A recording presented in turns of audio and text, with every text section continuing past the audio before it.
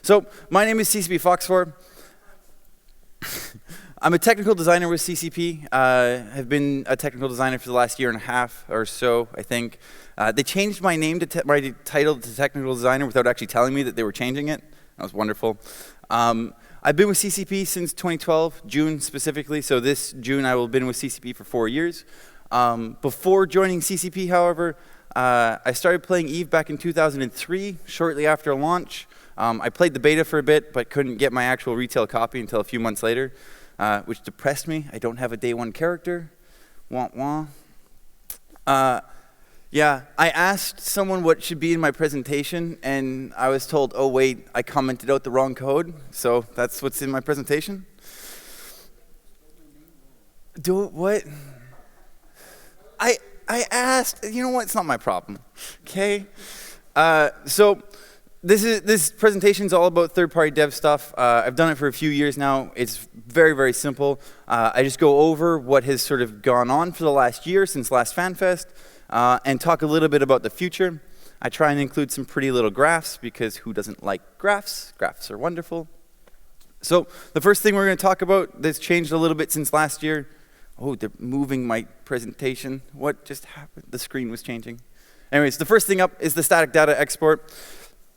Essentially, we take a bunch of static data for our game and we ship it to you guys so that you can not have to, just so you have the data, because it's nice to have things like maps. But we've always shipped it as an SQLite, or actually as a few things. It started just as MS SQL backup. Then we started adding things like YAML files, and most recently we started adding SQLite files. So we now ship it in sort of 3 different formats, and a lot of people, especially people like Fuzzy Steve, do a lot of nice things for us. They convert them to one nice format for you and whatnot. So we're going to do a few things. We're going to convert the static data export entirely to YAML. So it's just one format, which is great. Now, the other thing we're going to do, and I put these bullet points in the wrong way, is we're going to start automatically generating our SDE. And our goal is to automatically generate it, ship it to our CDN, so that you guys can just pull it as soon as we put a new one up. And our goal is to have one that's always called like latest, and have an MD5 check some of it, so that you can just tell if it's changed, pull it, do what you want to do to it. And then for a few months after we convert everything to purely YAML, we'll ship both the pure YAML one and the old SD that you're used to, so that you can finish creating any tools you need to and any conversions you need to. Our other goal with this is to also start shipping the SDE for Sissy as well, where possible, so that you can start PyFA and those guys and anyone else who's working with Sissy stuff can make sure that their tools are good to go when we release the TQ. Other than that, the XML API, we did some fun, well, I say fun stuff, but I said we were going to kill the XML API, and it's clearly not dead yet. In fact, there's been more development on the XML API in the last year than there has been in a long time. One of the biggest things we did is we converted the XML API, the caching layer for the XML API, we converted it to use Redis instead of Couchbase. My check-in for that was this. Redis boys, here we go. I was very happy we were getting away from Couchbase at this point in time. So when we converted it to Redis, though, the XML API has always had a local cache and the distributed cache, and we store a lot of stuff in the local cache, like type names and all that sort of stuff that doesn't change during runtime and whatnot. And I thought Redis would be great, and we wouldn't need a local cache. I kind of underestimated how much the local cache we used. When we shipped this change to TQ, this is what our New Relic thing said, and it's a little hard to see, but for one machine, New Relic seems to think we were pushing 40 terabits a second on the network card. Totally not feasible, but we did saturate our 10 gig link to Redis, so we had to go back and re-implement the local cache because, welp, that didn't work. So the XML API these days is still doing about 50 to 70,000 requests a minute, which is actually up from where it was a few years ago, which is, I guess, nice to see. I don't really know how I feel about that. I'm glad it's still being used and it's holding up fine. As I said, we moved from Couchbase to Redis, which, I mean, doesn't really have an effect for you guys, but for us, for maintaining the XML API is really, really big. And in that process to Redis, we also upgraded to .NET 4.5, which is, again, just in terms of maintaining the XML API, a really good feeling for us. Included in that, though, over the last year, CCP Telus did a metric some word ton of defect fixes. And he went through, he found every error that was being logged out and went and fixed them. So we went from generating a fair number of errors a day to almost none. So that was really, really awesome. We also added a few new endpoints to the XML API, things like bookmarks, chat channels. We added XYZ to kill mells. We added labels to contacts. Bunch of little things went on there. The biggest one, though, is we fixed a lot of defects. And by we, I mean Telus. I didn't do anything. We reduced caching in a few places, which always feels good. If you guys ever find an endpoint that you feel is cached really heavily and you hate it and you feel it should be cached for less, come talk to us. A lot of the caching values that we have were set at a time where we thought it just should be that, and we haven't really reviewed them. So every time someone comes to us and says, hey, I'd really like the cache on this reduced for XYZ reason, as long as it's a reasonable reason, we'll go and we'll look into the feasibility of that. And if it's feasible, we'll go ahead and do it. And then we improved our logging as well. One of the things that we've been missing for a long time was just pure access logs, and a lot of our error logging was going to weird places. We stopped doing access logging for a while because we stopped doing error logging because for a while we were generating 120,000 requests a minute, and 30% of them were errors, and logs take up space, and so our ops guys just stopped logging things. When a few years ago when we fixed a lot of those things and our request rate went down, we never really added the logging back in, but we've done that now and we have a lot better logging. This is a big one, I guess. So CCP Telus, again, being the crazy guy he is and not wanting to let the XML API die, has gone ahead and added the ability for when you make a request to the XML API, you can pass through a new query parameter. I think it's just called access token. I could be wrong. There'll be a dev blog on it. And you just pass through an authentication token that you would get from the SSO. And we've created scopes for the SSO that map to access masks that you would generally create for API keys. And so you actually don't need API keys anymore. You can ask someone to log into your site through the SSO, request whatever scopes you need, and then pass us the authentication token. And so long as things line up, we give you a response. This is really, really awesome for mobile. No longer do you have to go to a web page and copy a thing and go back and copy another and go back. It's much, much better.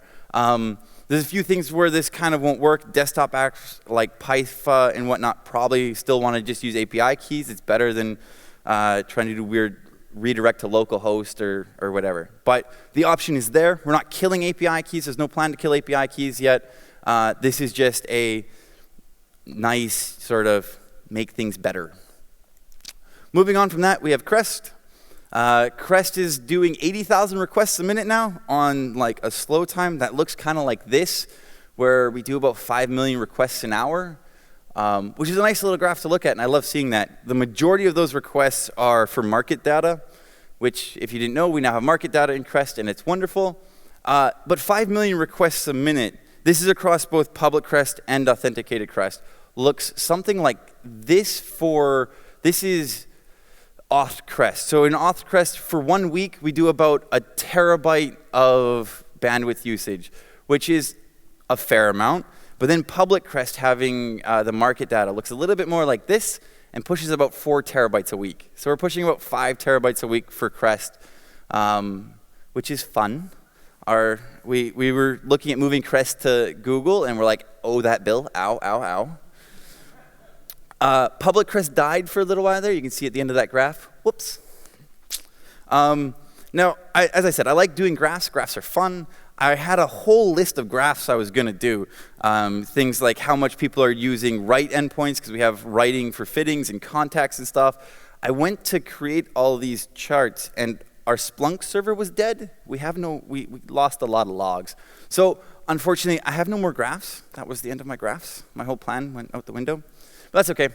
We'll just move on and ignore the graphs.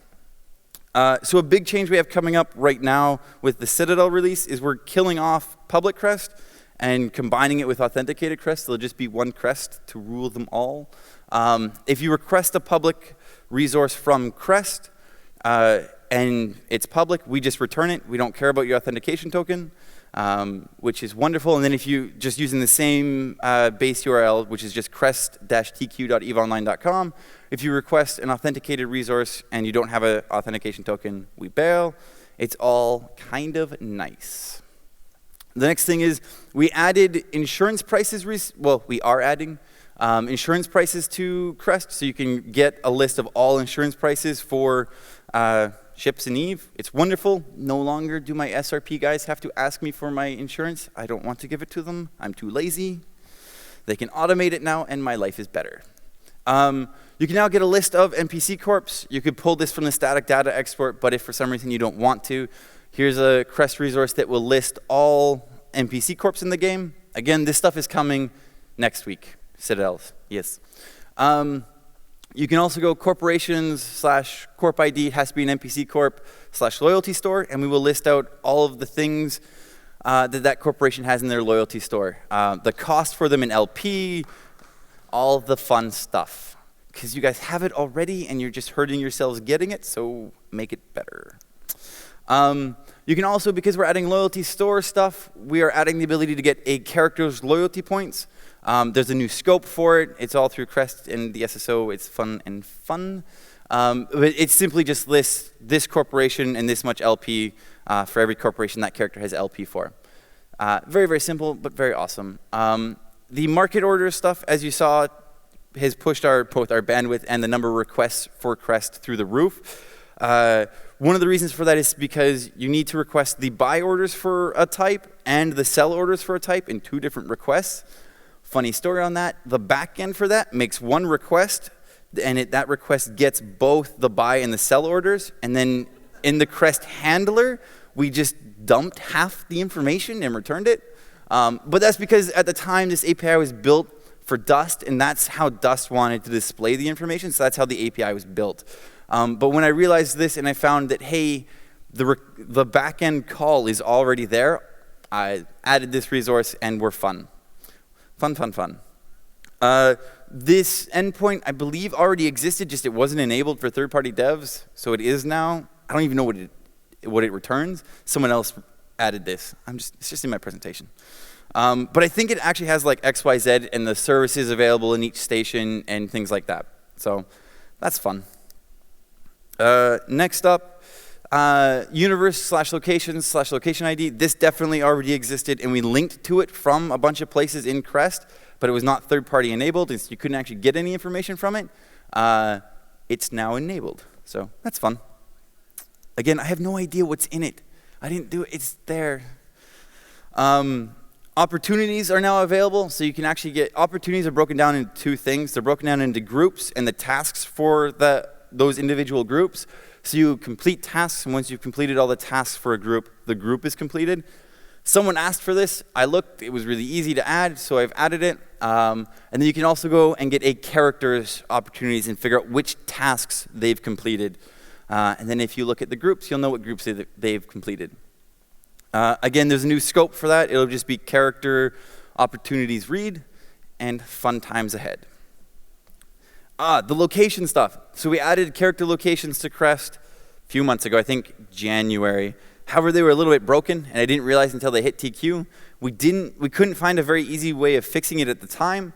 However, we came up with a solution for fixing it, and things are wonderful. So not only have we fixed it so that it properly tells you what solar system the player is in, we will tell you if they're docked at a station, what station that is, or if they're docked at a citadel, what citadel that is.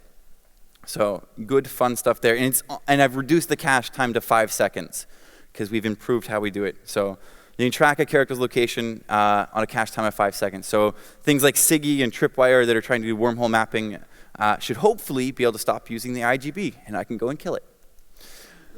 I can dream. With the upcoming release of Citadels, we've added a new resource to CREST for getting a list of all the Citadels your corporation has. You do have to have the role of station manager. I think there's a role required. Same thing as in the game. So whatever role you need to look at this information in the client is what you'll need to make this request. And then there's a new scope called corporation structures read. It will give you a list of all the citadels. At this time, it'll be all structures when more are added, but just a list of all of them, what solar system they're in, that kind of stuff. It's a bit of basic information, including their vulnerability time. But because we're working in CREST, and CREST can do both read and write, we've added structures/structure ID. So if you get if you look at the structures your corporation has, and then you pick structure X, whatever it is, you can go to this resource and you can do a put request to this resource, and you can change the structure's vulnerability timer. So this is like the first time we're really getting into corporation write stuff, and we're happy with it. So this is what we're trying it out on. Again, you need to have the correct roles. We do all of that lookup on our end, so things should be jolly.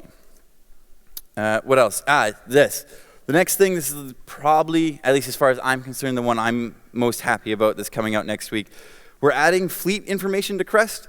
So I talked about this on the dev fleet channel in Slack a little bit, but for those that aren't aware, essentially, if you are the boss of a fleet, no one else, if you're the boss of a fleet, you can go to this resource and get a whole bunch of information. You can get a list of all the members that are in the fleet and what location in the fleet they're in. Then you can get the second resource, or the third resource there, is the structure of the fleet. So it'll tell you this squad is in this wing, which is in the fleet.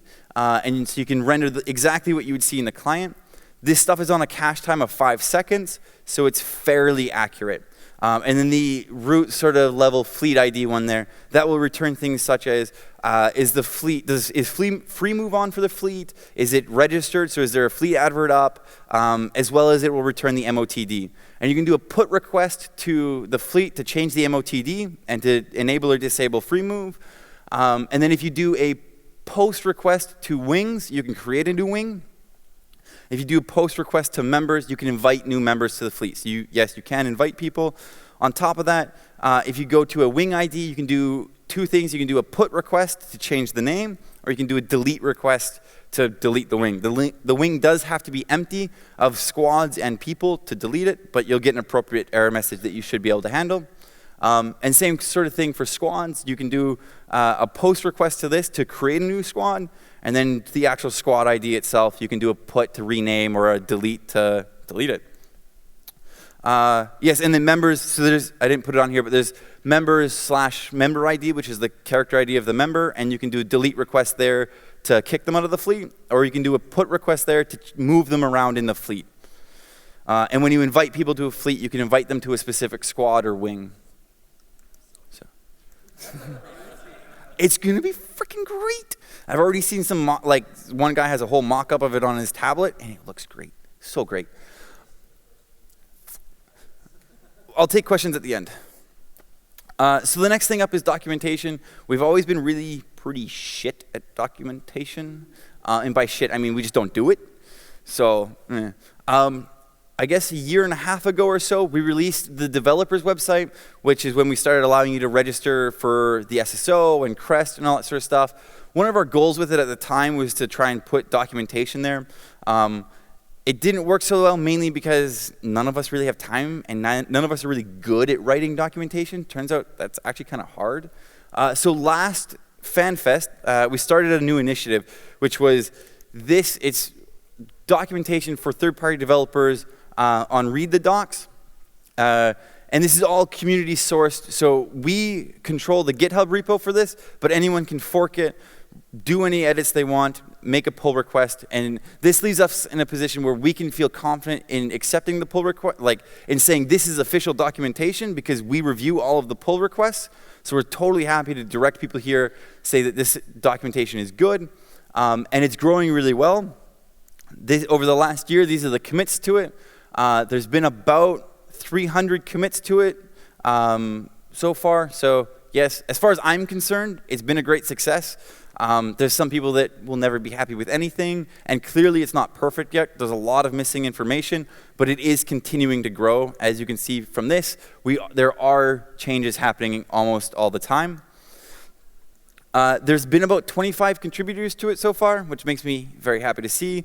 And when I wrote this down, there was 300 commits to it, and there was another pull request accepted, so even more now.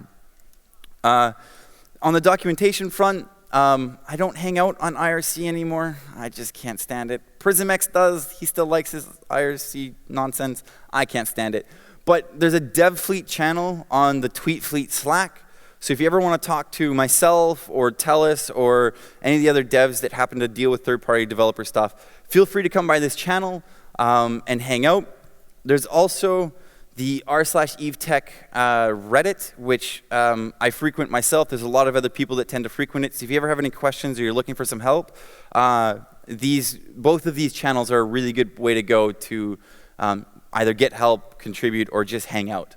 On the DevFleet channel stuff, I'm actually really happy and kind of proud about this. I don't know why I'm proud. I haven't done shit for it. But so on the left is actually the channels I'm in. But the most important part is that the DevFleet channel has 995 people in it.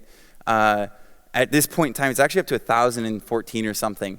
So we're the largest channel on the TweetFleet Slack and the most on topic. It's wonderful. Well, more on topic than most of the others. So, yeah, and then I took this because we broke 1,000 and I was really happy. Yay.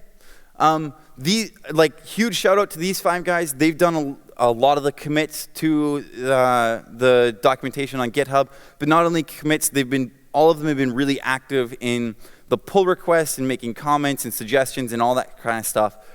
So huge shout out to all those guys for helping out and contributing.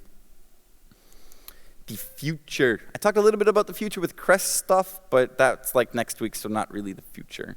I happen to be leaving CCP in June, so there's been a lot of questions about who to poke and talk to once I'm gone. As always, you can probably just poke PrismX if you're on IRC because he likes being poked, I think. But these 3 guys, CCP Bartender, CCP Snowden, and CCP Telus, are all very active in CREST development at this point in time. Telus is especially active in the XML API, and all 3 of them, really good guys, really happy to help people out. So if you have any questions or if there's a problem, poke one of them. Most of them are on Twitter. They're all on the TweetFleet Slack. So the future of CREST. We're going to add corporation contacts. I have the change list waiting. I just need to submit it. But along with corporation contacts, alliance contacts, because yay, I can and so I will. But in contrast to last year, where I talked a little bit last year about the problem with sessions, which was essentially what was limiting us from doing a lot of the character stuff in CREST, but also was a complete blocker for us doing anything with a corporation that required roles or to make sure you're in the corporation. We've essentially solved that problem, or it's a solution that we're happy enough to really roll forward with. The first thing we're doing is the structure stuff. Assuming nothing with that goes wrong, and we still are confident in it, both of these things will happen, but corporation fittings are also on the table, and I'm hoping to do. And then if you've been looking at structure stuff, the access control lists, or the groups I think they're called in the client, we're going to open those up fully through CREST. And so the access control lists, if you're unaware, are a new way of us managing access to things. For now, it's just access to citadels. An access control list, you can list characters, corporations. I think you can list alliances in it as well. And then essentially just say, this list can do this thing. And we're going to open up at least the managing of the lists to CREST. We're not touching yet this structure uses this list. That will come later, but for now, I really want to get the access control lists or the groups themselves into CREST. The next big one, and I'm still not, the technical feasibility of this next one has been solved. There's some other issues with it. Specifically, this is mail I'm thinking of. I'd really, really like to do mail, but CREST has no concept of, are you an active subscriber? Have we banned you? Any of these kind of things. And so if we can't stop someone from sending mail by banning them, things are going to go bad real quick. So I want to do mail. I won't do it, though, unless we can solve some of these other problems. But the technical feasibility of it has been solved in terms of, can you send a mail? The future of the XML API, again, I want to kill it. Some other people believe we shouldn't, so we're not killing it yet. I talked a little bit about the SSO stuff that's coming. I'm not going to talk about any of the new features that are coming to CREST, but since you're all in a developer thing, I figured I'd talk a little bit about the back end of the XML API. We're switching out from .NET 4.5. We're going to go to .NET Core CLR. We're going to go to ASP.NET Core 1.0. The big reason for this is because we want to Dockerize the XML API, and we want to move it up to Google, where we've been running a bunch of our stuff now. So this is our current goal. You might not see a lot of new things on the XML API in the next little while, but we have some big things going on behind the scenes. This will do a lot for us, hopefully, in terms of just performance should be better, and hopefully, I hope. But then we, as the team developing the XML API, will have a lot more control over it. So that should be good. It also means if we're running it in GCP, if there's a minor fix that doesn't involve TQ, it's a lot easier for us to make the fix and deploy it. So that will all be wonderful. The future of the single sign-on. So far, the single sign-on has worked great. Quite a few people use it. There's quite a few apps that use it. But with the addition of the XML API having scopes in there, the number of scopes listed in the SSO that could possibly be requested is now a lot longer. So we have a request with the guys that do the SSO to make some improvements to it. The first improvement is when you sign into the SSO, you can select a character. A lot of people don't realize it from a quick glance because it's not very obvious. So we want to make that, the fact that you can choose a character a lot more obvious, and then also clean up the way we display the scopes. Right now, we literally just display the raw scope name, which is really bad for anyone who's not a developer. If just random Eve player comes along, signs into your app, it just does not look very good. So we want to clean it up. We want to make it, we want to do a bunch of things just so that when someone agrees to give access to things, they understand what they're giving access to, and it's not just a mess. Oh, hey, ignore that. I forgot to delete that slide. That slide doesn't exist. So there's a roundtable tomorrow. What time? Yeah, 30. So there's a roundtable tomorrow in Amar at 2 o'clock. Wait, no. Isn't the roundtable tomorrow? I wrote Friday, but I'm pretty sure the roundtable is tomorrow. I don't know when the roundtable is. I know it's at 2 in Amar, either today or tomorrow. One of those two. It is tomorrow. Why did I write Friday? Okay, I'm a bit dumb. But that's the end of my presentation for now. But we have another like 15 minutes or so. So if you have any questions, put your hand up and we'll see if I can answer them without being too much of an idiot. You had a question? So for the fleet stuff, is it also possible to get the list of, with the list of members, also the ships that they're in? Sorry. So the question was, with the fleet stuff, can you get a list of, with the members, what ship they're in and location and that kind of stuff? So yes, that information will be there. I should make this very clear, and I try to make it clear in the patch notes.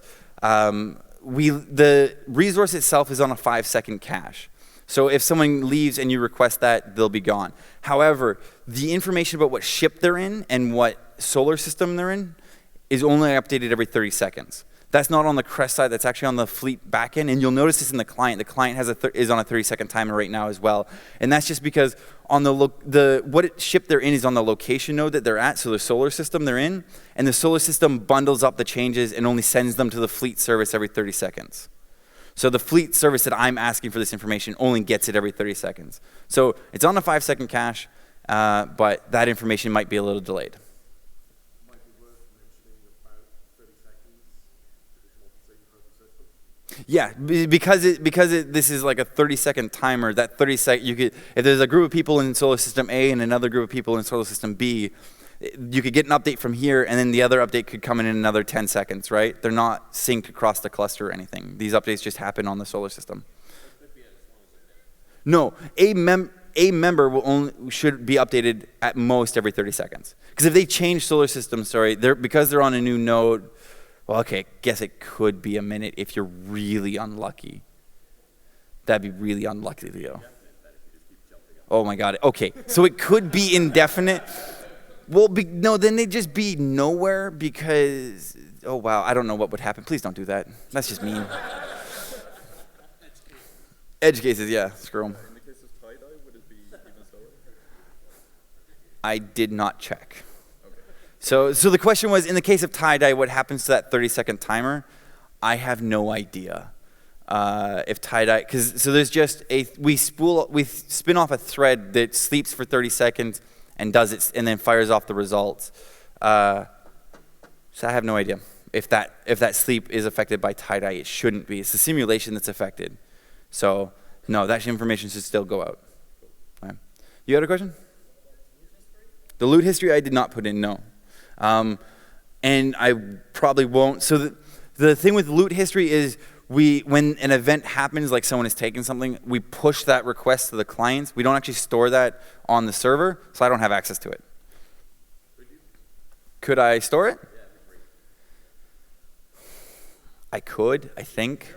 Well, actually no, storing it would be a little bit difficult because that information is coming from the location node where it's happening. It's not going through the fleet service. So when we broadcast that information to the fleet, I then also have to broadcast it to the fleet node, and I'm lazy. You had your hand up. Can we get the character selection when they do SSO login is sticky? So you don't have to repick the same character? I will update I have a Jira, so I have a task, like a request on that team. I will add that information to the request and see if they can do that. So sorry, especially for the recording. The question was, can the character selection of the SSO remember what you selected, what character you selected last time? So I will ask. I'll ask. Any other questions? Cool. All right. If you have any questions, feel free to grab myself, CCP Telus here.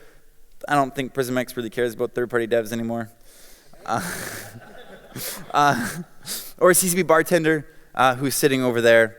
So you can grab any one of us, or anyone else, and they'll direct you to us if you have any questions. And show up to the roundtable that is tomorrow at 2. Okay. Thank you for coming. That's me. Woo!